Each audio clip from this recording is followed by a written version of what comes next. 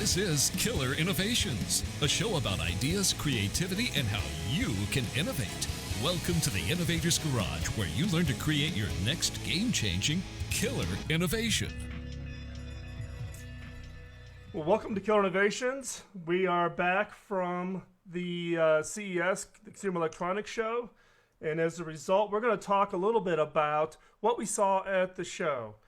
So today's guest is Kym McNicholas. She's a friend of mine. She was a former reporter at Forbes. We actually had her on the show prior to CES, and as a result, I've invited her back to kind of give us her feedback post the show. Now, Kym was involved in a lot of different activities, but as a result, she got to see a lot of things. I was involved, but we didn't have any overlap, which was kind of interesting. We were off doing completely separate things. So Kym, welcome to the show again. Hi. Yeah, I was so surprised that an entire week we did not see each other once. And in talking, just prepping for this show, all of the stuff that you were talking about, I didn't see, and I talked about stuff that you didn't see. So it's pretty interesting. I mean, it's a huge show. So. Well, when you got 180,000 of your nearest and dearest friends all crammed onto the show floor, it's the largest trade show now in the world. 170,000 people, they said, came this year.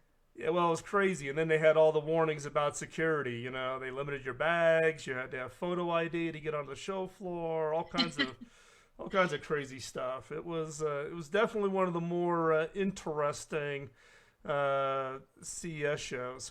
But one of the things that you were there for, and we talked about this the last time you were on the show, was the work that you're doing with the Extreme Tech Challenge. And right. So at CES, you went from the top 10 to get down to the top 3. They get to go to Necker Island. They get to go hang out with Richard Branson and get that coaching and guidance. We had an amazing group of people. More than 1,000 companies ended up applying for the Extreme Tech Challenge, and we did get it down to 25 and finally 10, and I wanted all 10 of them to win, and you know that you can't really do that, but we had Tim Draper as one of the judges. We had Veronica Serra, one of the most sought after investors in all of Brazil, of course the CEO of the Consumer Technology Association, Gary Shapiro, tech evangelist Robert Scoble. Curtis Sasaki was an interesting one. He was the VP of Ecosystems and IoT general manager for Samsung Electronics. He was also one of the judges. And Rich Karlgaard, publisher of Forbes, even came as one of the judges. So great crew, and they were able to narrow it down from 10 to 3. And the top 3 are going to go on to pitch Sir Richard Branson on his private island on February 11th. And so, are you ready? Do you have the I'm ready, because I already had my favorites out of our last conversation of which 3 I thought should go in. So go ahead and surprise me, and then I'll just react. Okay. So the first one is Geroptic. They had that 360 camera with the patented technology, so we're no longer limited to a single frame when it comes to photos and videos. And it automatically stitches the 360, the video together and the picture together. And they had one of the most successful Kickstarter campaigns in all of France, $1.4 million raised in 45 days. So all of the judges were really excited about that company. Okay. Needless to say, there was a lot of 360 content being shown at CES. Yep. And there was a couple of really interesting other companies. But I think in this case, these guys, I think, do have something interesting. From the standpoint of their approach to the camera, their approach to the stitching. My prediction, though, is over the next year, we're going to see a lot of shakeout in 360 content. However, these guys clearly have a leg up in the fact that they've made it to the top 3 of the Extreme Tech Challenge. So they already have attracted a set of mentors that most of the other guys just don't have access to. And I think with some guidance, they can work to get themselves a step ahead. As we get later in the show, I've got another 360 technology that we brought into our Pitch It event, where we brought 10 startup companies to come in and pitch. I'll talk about that a little bit later. They're going in a completely different direction. But VR 360 content, hot at this year's CES. Oh my goodness. Yeah, they even there was a company called Threopolis that we worked with that ended up having a VR lounge. So virtual reality was really, it took over all of the palms. They had a VR party, they had all the demos, they had panels, and that was on top of everything that was already happening. I think every single large company over on the main floor had some sort of virtual reality representation. So, okay, so company number two. Company number two is Bloom Technologies. It's a smart device that you wear during your third trimester, so you can track all of your contractions. And I mean, women. It's the first one, the first company to do this. So they were really a popular company. They also won the IBM Watson partnership. IBM Watson went through our more than 1,000 applicants and chose a potential strategic partner to pair up with IBM Watson, and Bloom was also their standout. So not only a standout for them, but also in our top three to pitch Sir Richard Branson. And the third one, which was really honestly no surprise, was Sphero. And the funny thing about Sphero, and Sphero created the app-enabled robots, in particular, probably best known for its BB-8, the droid. They licensed the technology from Disney, and they were able to create the little BB-8 robot that everybody is familiar with from the new Star Wars film. But I walked out there on stage doing intros for every single one of the companies before they presented. And I walked out and I said, "Who's seen Star Wars? You like it, right? Great movie, right?" An audience of 300 to 400 technology entrepreneurs and technology savvy people. Crickets. Absolute crickets. I wasn't sure if they were messing with me or not, because the most people I've talked to said, it was a good movie. They still like, the older generation likes the 1 through 6, and the newer generation, I thought, really liked this movie. So I said, well, someone must like this movie, right? Because analysts actually predict shoppers will pick up $5 billion worth of Star Wars merchandise over the next 12 months, and standing to benefit will be Sphero. But with all of their success, what was really awesome is that Paul, the CEO, is so incredibly humble and so incredibly gracious. And he's really excited. I mean, he was meeting with some of the biggest names, biggest toy manufacturers, huge partners, $20 million deals getting done this week there at CES and more.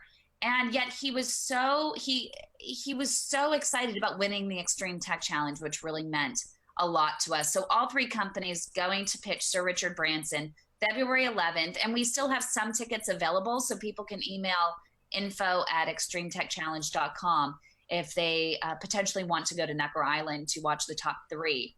But there was a little bit of a surprise. Richard Branson sent a video message in saying he was so impressed with all 10 companies that he wants all 10 of them to fly to Necker Island to at least meet him. I mean, when you have a company like Megabots, which is creating the world's first international sports franchise of giant humanoid robots. So did they have to take the Megabot with them on the airplane? Oh, no, they ended up, so what ended up happening, we tried to get the Venetian to allow them in, and the Venetian wouldn't allow them in. And then Gary Shapiro said to the founders of Megabots, "Hey, you should have let us know, because CES said there was room for them on the floor." Instead, Zappos came in and said, "Hey, you know what? We're going to pay for your robot to fly to," they had this drone flying competition over at one of their expo centers. I don't know if you've ever seen a drone competition. Yeah, this is kind of the obstacle course, fast loops. I mean, it's unbelievable to watch those guys fly them. Really? You were impressed? Yes, I was impressed. Okay. Because maybe when I got there, all I saw were drones crashing into the nets and falling on the ground, and it was just a little bit of a mess by that point. But I got there towards the end. But really the highlight, I think, of the whole thing was seeing the Megabot out front, this big humanoid 13, 15-foot tall robot moving around out front. So that was pretty awesome. And they have networks this month. We're hoping to hear very soon. They have a bunch of networks that are fighting to bring it online and broadcast it, a whole TV series about them sometime in 2016. So they were in our top 10 too. My other favorite in the top 10 that didn't make it into the top 3, but I think everybody should know about, is Kick Further. And so if you have a product and you need inventory, instead of taking out a loan or getting venture capitalist money, you can go on there and it crowdfunds all of the inventory so you can get your product to market, and it replaces the hundreds of billions of dollars in short-term loans out there. Yeah, actually, I thought that one was really interesting when we talked about it the last show, because I think supply chain becomes one of the big hindrance issues, particularly if you've got a manufacturing element to your business, and it's not a readily available expertise we have these days. So, but for as little as $20, you can invest in any one of these companies, but you have to get on quick because they're literally, it's so popular with people who want to invest in all of these companies right now that within like 3 minutes, they meet their goal. Hey, so Kym, we're going to cut to go to commercial break. We'll be right back. We'll pick up where we left off. This is Phil McKinney on Killer Innovations.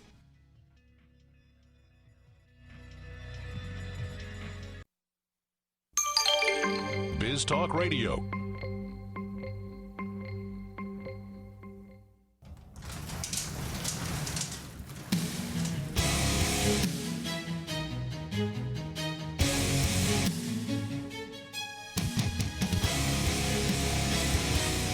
This is Killer Innovations, a show about ideas, creativity, and how you can innovate. Welcome to the Innovator's Garage, where you learn to create your next game-changing killer innovation. Welcome back to Killer Innovations. Kym McNicholas is on the phone with me today. We're continuing on with our discussions around post-CES. What are we hearing after the show? First off, I'm going to apologize because Kym and I are both suffering from this CES cold that everybody at the show had. So I'm sitting here trying not to like cough into the microphone or whatever or sneeze. And again, Kym's actually on a video call with me here, so we can actually see each other while we do these interviews and do the shows. And I can see her with her Kleenex on the other end. So I'm going to apologize to the listening audience now. We're probably sounding like, at least through radio, you can't catch it from us. Well, it's a true immersive experience right now. They're getting the full CES experience. Yeah, I tell you, you almost need to take a 2 weeks vacation when you come back from this show. So one of the other things that you participated in was the Eureka Park up front, and that is the. Well, I'll let you share about what is the Eureka Park up front. What's the kind of the premise behind it, and then what did you see? And so, over the last several years, CES has had Eureka Park, and it's just a place where all of the startups. It's really the future big booth companies, right, at CES. But it's a place where all of the startups can gather, and a lot of the bigger companies, the executives at bigger companies, can walk in and also mentor some of the newer companies that are emerging. And for the first time this year, someone by the name of Tim Cassidy, who works with Eureka Park, decided to start Eureka Park Up Front, which is an opportunity to bring a select number, a very curated group of entrepreneurs that are in the Eureka Park area, and pair them up with the big buyers from large companies like Staples and Amazon and Bed Bath & Beyond and Target and Sears. Like all the major companies were all represented in this small exclusive room where these 8 to 10 companies were able to present to these buyers directly. And I was really impressed with some of the companies that are there. I think one of my favorites, and it sounds funny, it's called Phone Soap. And they have a Phone soap. Okay. And I saw Phone Soap, and I was expecting something sudsy, but it really wasn't. They have UV light technology, and it kills 99.9% of the bacteria and viruses on your devices. And I didn't realize when they said that they were doing testing, they compared the bacteria on your phone to bacteria in a bathroom. And the bacteria on your phone far exceeded what they found in a bathroom, a restroom. That's actually been out there for a while. People have been, well, look, come on. How many times do you see people when they go to the bathroom, they take their phone with them, and while you're doing your business, you're checking your emails, right? So guess what? If you borrow someone's phone, be careful where that phone has been, Be careful. So it's a docking station that has UV light that you stick your phone in, and overnight it kills the bacteria. It's already sitting there anyway, so why not slip your phone, your iPad? I think they have one for your computer as well. And they presented, and everybody was definitely impressed with it. But they've already been on ABC's Shark Tank as well. But they were looking for in-store retail distribution, and this was the perfect opportunity for them to do that. Another favorite of mine was the GoSun stove, and they've created the first solar-powered grill that can cook almost anything without gas or charcoal. And I was really impressed with that. And you also liked that one, right? Yeah, I like that one too. I mean, brings me back to my Boy Scout days of needing to light my fire in order to pass my merit badge, my cooking merit badge. But there's been a lot of interest in kind of the solar using, the sun. The one thing that they claim, which, we don't have any way to validate it without trying it, is they say they can actually use it even on a cloudy day, which would be fantastic, whether it's, you're off the grid or you're cooking someplace where you just, you don't, where particularly like in national parks these days, where open fires are not allowed. This could be a great alternative to be able to either have a picnic or go camping or even backpacking into areas where open flames are not allowed. And I told them they should talk to you because of what you're doing in Rwanda. I think that it could be very interesting. There's actually a lot of work in Africa around alternative cooking approaches, because what typically happens today is they're using charcoal, which generates a lot of smoke, which actually causes lung inflammation.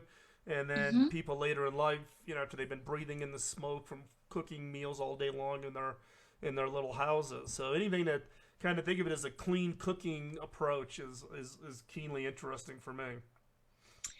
Digital wearables was really huge this year at CES. And one of the companies that was presenting, it's called Ashley Chloe, and they have a product. Their first product is called the Helix Cuff. And it's literally, it's a bracelet, very high quality bracelet that integrates your earphones into them. So you always have your headphones with you at all times. You have to pull them and string them out of your purse. But it's in a it's like 14 karat gold, and it's beautiful, and it comes in all kinds of colors. And you take it out of your bracelet, and then also when you put it on your ears, it looks a little bit like a necklace, a really pretty high quality necklace. But I saw so many of these. I know they won the Wearable Technology Award at CES, but there were a lot of these types of companies. We had a company that even competed in our top 10 wearables competition, a vertical competition in partnership with Wearable World and also Monster, that it's called Tinsel, very high quality earphone product looking like a necklace. But it's hard for any one of these to stand out. I was curious your thoughts on these types of technologies, because I'm sure you saw a few as well. Yeah, we saw a bunch of them. I think there's going to have to be some kind of a shakeout. The wearable space is getting extremely crowded. It is how many times can you really embed healthcare devices or whatever into a device? How many more sensors do you really need? What more is it going to really tell you? We saw smart clothing and smart vest and, EEG. Everything's smart. Everything's smart. I guess somebody wants, I think it's kind of hard to sell like a dumb technology. Hey, I've got the world's greatest dumb technology, right? So everything is smart. But I think the challenge being is what's the real useful nature of it? Are people really going to adopt, or has it become the fad issue for a lot of these things? And so I think we're going to see some of this transition occur over the next couple of years. I mean, how many more variations of a Fitbit-like watch, bracelet, kind of a device for measuring your steps and your heart rate and those kinds of things do you really need?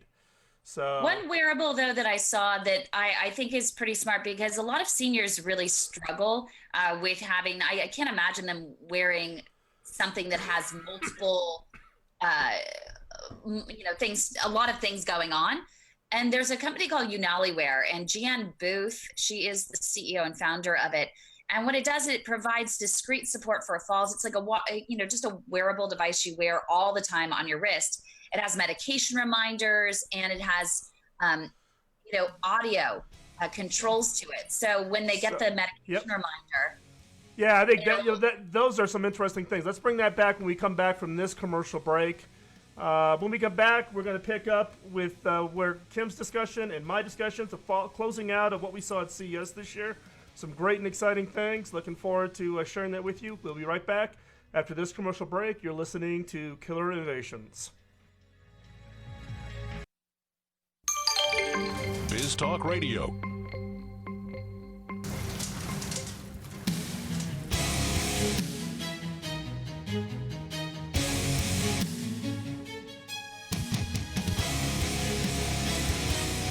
This is Killer Innovations, a show about ideas, creativity, and how you can innovate. Welcome to the Innovator's Garage, where you learn to create your next game-changing killer innovation. Welcome back to Killer Innovations. We are continuing our discussions on the follow-up and what we saw at Consumer Electronics Show. I've got Kym McNicholas with me. Like I said in the first segment, Kym and I we were both at the show, but we actually never saw each other at the show. And I didn't do a lot of Facebook posting while I was at the show because my activities are a little bit different. But I was watching all of Kym's updates as she was running around Las Vegas, and it's one of those things you gotta be careful, right? Some things you do in Vegas don't always stay in Vegas. So. No, but sometimes it's a good thing because there are some really great companies, and I was at this inaugural event where CES paired these really great startups with the big buyers from Amazon and Staples and Bed Bath & Beyond and great companies. And one of my favorite was Unaliware, and that was the Kanega Watch, which provides discrete support for falls and medication reminders and everything for the elderly, and even has geolocation. So if an elderly person wanders off, the loved ones will know where they are, be able to find them a lot easier. So that was really, really cool. Yeah, and that's actually one of the areas that I've been looking into for a number of years, which is, using IoT devices for what I refer to as the gray wave. If you look at the bubble of the population as we age out, and what that impact is, and the fact that people want to age at home, they want to age in place, they don't want to be shuffled off to a nursing facility or assisted care facility. And so these kinds of devices, and I've tried remote cameras with relatives so you can see them getting up, those kinds of things. So I think this is actually an area that as the boomers continue to age, and as people don't want to give up that independence, I think those could be some pretty interesting devices, and could find themselves some good traction. And I think it's the one device in which it can be something separate. I think that we talked before about the shakeup in the wearable world and, convergence. But I think in this case, I think that it can be and should be a separate device, because it can be a nice bracelet that they wear all the time that does nothing else but make sure that we know where they are and offer some medication reminders. Well, and it's also you can differentiate. If you're just creating a wearable device that looks like everybody else's wearable device, so you do heart rate and pacing and all that kind of thing, it's hard to get above the noise of the crowd with everybody else in the exact same space, and in many cases, people with deeper pockets. In this case, you're going after a segment that is not one that's well addressed. There's other technologies that people have tried. The key here, though, is you want to get something that the elderly person is going to be willing to wear every day. Kind of like the wedding ring, you don't go out without the wedding ring. You don't go out with that watch every day, because if it's something that they're only going to wear one every 10 days, then its usefulness goes away. But if you can solve that problem, and it's always attached, there's a peace of mind that happens to the rest of the family to be able to know where that person is. Yep. And then I have one more company for you. Just this one you'll get a kick out of. One more off the Eureka Park area. And I think everyone's going to love this. The robotic bartender. Robotic bartender. The world's smartest bartender. Soma Bar. I don't know, Kym. People are going to get an impression about you, because the last time you were on the show, we talked about social networking for pot. Oh, yes, Mass Roots. Right, and now you're doing electronic bartending. I think people know you, Kym. They're going to get an impression of you. I'm just a realist. I know what the mainstream people want. Well, also, the last time you were on the show, you talked about games in men's washrooms. So, Captive Media, that was a hit too with the show. Yeah, well, you definitely know how to. You go find those extreme ones, those ones that have definitely are unique and different. But this bartender, I love it because it has Wi-Fi connectivity, onboard sensors, electronic ingredient tagging, and it has the ability that you can order drinks. It has recipes that are in it. I mean, it's awesome. You just put your favorite alcohol in there in these little tubes, and then it'll automatically make your drinks for you. Wow. Yeah, that's what I need. Given I don't drink, so I'm not in my category. So that's great. Again, this is, I think the Eureka Park is an interesting area because in many cases, startup companies are really struggling trying to get to that first customer, to get onto the retail shelf. And that's a hard process if you've never done it before. You don't have the network of contacts. And so I think this is actually, a great opportunity for startup companies to get out there and talk directly to the buyers, the people who are going to buy that product, put it on the shelf, support them, etc. So I want to talk a little bit about an event that I hosted. It's called the Pitch It event. We do it Tuesday afternoon, which is the evening before the show actually opens. And we invited 10 startup companies. And we basically have the room for about 45 or 50 CEOs, in this case from the cable industry, and the CTOs. And so this is kind of a similar, think of it as kind of the Eureka, but in a very strong vertical in the telecom, broadband, cable industry space. But as you can imagine, the companies covered kind of the full breadth of what we saw on the show floor. The one company that I got really interested in, and I thought was kind of, had kind of an interesting twist, was RTI Studios, and they're at rtistudios.com. And basically, they've taken a camera that was developed by DARPA and the Department of Defense for U.S. military purposes, and they're bringing it into the commercial realm for 360 virtual reality content. In this case, this camera was designed to sit on top of Humvees in order to take a 360 view around the Humvees to look for roadside bombs. And it's got a very unique, it only has one camera element, so it's very fast. You can live stream it. If you're in a Humvee and you want to know if there's a roadside bomb, you want to know it in real time. Don't have to send it off to some cloud to have the video stitched. These guys have taken the camera technology, they've simplified it, and they're commercializing it. But they're not looking to bring it to market directly. They're actually looking for partners. And some of the interesting use cases they've done is they've mounted these cameras in the shotgun seat in NASCAR. So you can love that. Oh, I love that because you can put the goggles on and now you literally feel like you're sitting in the car. You can look up to the ceiling, you can look down and watch the driver using the gas and using all the pedals and shifting. You can look out the side window and you can look eye to eye to the driver in the car right next to you.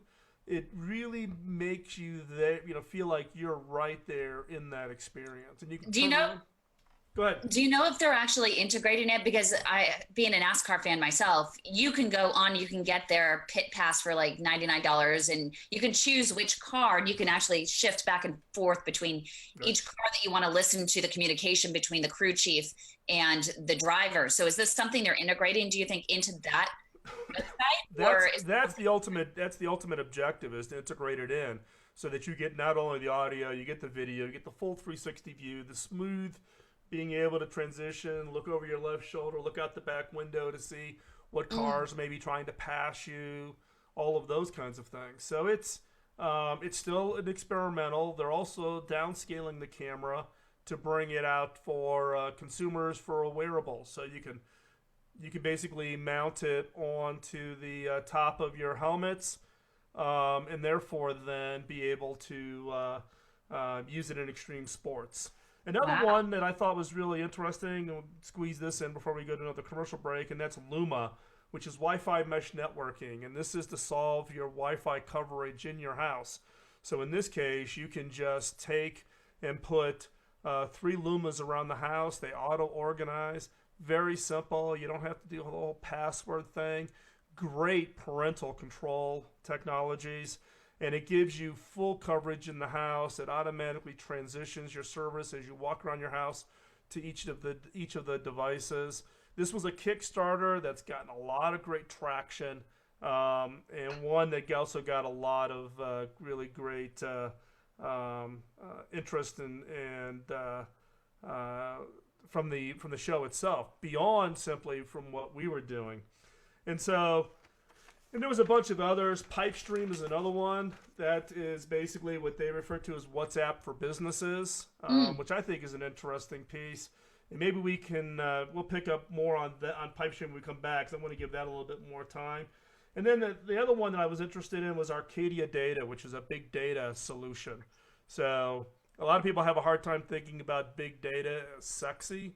These guys are doing some interesting things. So we're going to take a quick commercial break. When we pick up, we're going to continue on with our wrap-up of Consumer Electronics Show this year and all the cool technologies that are coming. And we'll wrap it up on my event and then just talk about generally what we saw at the show. So stay right where you're at. I'm Phil McKinney, and you're listening to Killer Innovations.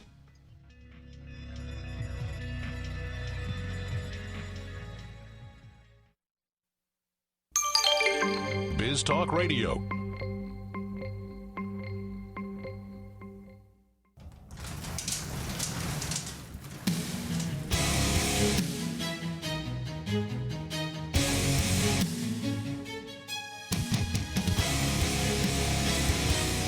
This is Killer Innovations, a show about ideas, creativity, and how you can innovate. Welcome to the Innovator's Garage, where you learn to create your next game-changing killer innovation. Welcome back to Killer Innovations. We're going to pick up again. We're dedicating this show to talk about what Kym and I saw at the Consumer Electronics Show this year. Right before we went to the commercial break, I slipped in two companies. I want to circle back around and give you a little bit more perspective. One is Pipestream, P-Y-P-E-S-T-R-E-A-M, Pipestream. They're advertising themselves as the WhatsApp for business. And this is basically businesses trying to figure out a way to create their own social media channels to be able to have direct conversations with their customers rather than just leveraging a lot of the other social media platforms that are out there. Pipestream's app is available at the app stores for download, so you can feel free to try those out. What they're going after is aggregating a lot of brands onto Pipestream. So if you're, if you engage with a bunch of different companies, Pipestream then becomes really the platform that you can have direct interaction with that business, whether it be for customer support or asking questions about product, or potentially having them push offers to you, etc. And I thought it was kind of an interesting model. They're still fairly early. But I like their user interface. I really like their user interface. It's very simple. It's very clean. And here's my prediction. Facebook is going to buy this because I really think so. I mean, imagine them integrating the dashboard, just the corporate dashboard side of things into that, I think would be really, really huge. I agree. I think, sorry, man. As I said before, Kym and I are suffering from this. The CES bug. The CES bug. I think they're gonna get acquired. I think whoever can get the most brands aggregated onto their platform becomes the winner. Because look, if I'm a consumer and Pipestream has 4 or 5 brands that I'm involved in, but the other 5 brands they're not, how do I interact with them? I mean, I interact with them on the existing social media platforms. I tweet them or I connect with them on Facebook and find ways. But I think this is an interesting approach. They've got a good starting place on the number of brands that they've already engaged with. So from that standpoint, I think maybe you're right. This could be a pretty attractive acquisition target, pretty early here, because they're getting some really amazing brands that are supporting them. The other one was Arcadia Data, which is a large data project or a large data company, and this is basically around extreme simplification. So even small businesses where you're trying to you get a lot of data, whether through your e-commerce store or just visits to your website, and you're trying to use Google Analytics or any of the other big platforms. This is, when I saw the demo on this, I was quite impressed at how easy it is, even for a non-technical person, to really sift through just humongous amount of data in order to better know your customer, better know your product, better know the offers. Not sexy. It's not like, hoverboards and, goggles and all drones and everything else we saw at the show. But here's a, company that probably didn't get a lot of press attention at the show. But how does it compare to, let's say, because there are a lot of companies that seem to be in this space, and I might be a little bit off here, but Tipco, Tableau, Is Well, that TIBCO and Tableau are basically for much larger enterprises. They're typically for, and it assumes that you've got some expert on the back end that kind of architects the data so that the TIBCO and those guys can consume it. What these guys have done is it requires nobody, even from an IT perspective. You just suck the data in, and it starts identifying what it thinks are some of the common relationships across your data. Wow. And it does it in such a way, like I said, that you don't need to have an army of IT guys. You don't have to be a 1,000 employee kind of a business to take advantage of it. So I can just take my Excel spreadsheet of all of my applicants in the Extreme Tech Challenge, suck it on in there, and it'll start giving me some. Well, they typically deal with very, very large data sources. So the example that they show, for instance, is viewership data off of when they were working with a vendor who had an over-the-top video service that required a little hardware platform. And they sucked all the viewership data off of every one of those devices from across the country. Wow. And they just dumped it into this. And it would tell you things like, okay, what's the most popular show at 7 o'clock on Sunday? And it required no setup. You didn't have to groom the data before you could actually get some of that information answered. So that was that was the thing that I was really impressed with. Now, so for me it was Arcadia, Pipestream, and then RTI Studios. Now I know that based on your Facebook posts, you spent a lot of time with Monster. And Monster's always been big at the show, but this year it just felt different this year for Monster. Right. There were, the past few years, they've had a lot of celebrity power, Nick Cannon, Shaq, all of the above at their press conference. And this year it was Noel Lee, head Monster, founder and CEO, that came in. And the first thing he said is, you know what?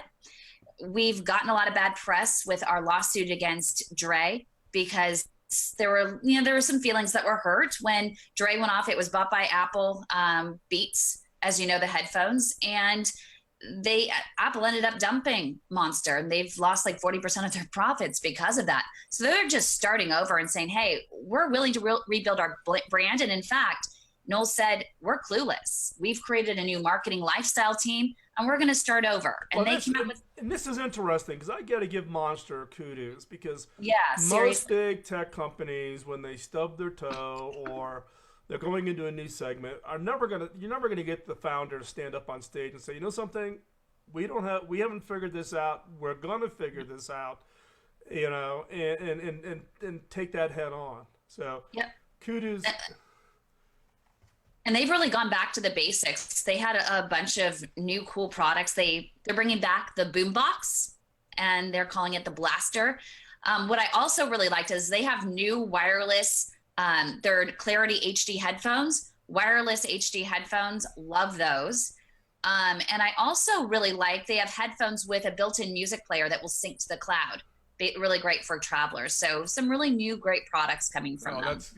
Like I said, kudos to Monster. As we wrap up the show here, again, this is the show we wanted to share with you what our thoughts, or at least our initial take from the Consumer Electronics Show this year. If you want to get connected with Killer Innovations, you can text the word innovate to 33444 or go to killerinnovations.com/innovate. Get connected with us. Kym, thanks again for coming on the show, and Thank you. We'll definitely get back on here again and talk about the work that we do. Appreciate the time. This is Phil McKinney, and you're listening to Killer Innovations on the BizTalk Radio Network. The opinions you hear on Biz Talk Radio are those of the hosts, callers, and guests, and do not necessarily reflect those of this station, Biz Talk Radio, its management, or advertisers. The information on Biz Talk Radio does not constitute a recommendation, offer, or solicitation to buy or sell any product or service. If you have any questions about Biz Talk Radio, contact us at 817-274-1609 or at biztalkradio.com. Biz Talk Radio.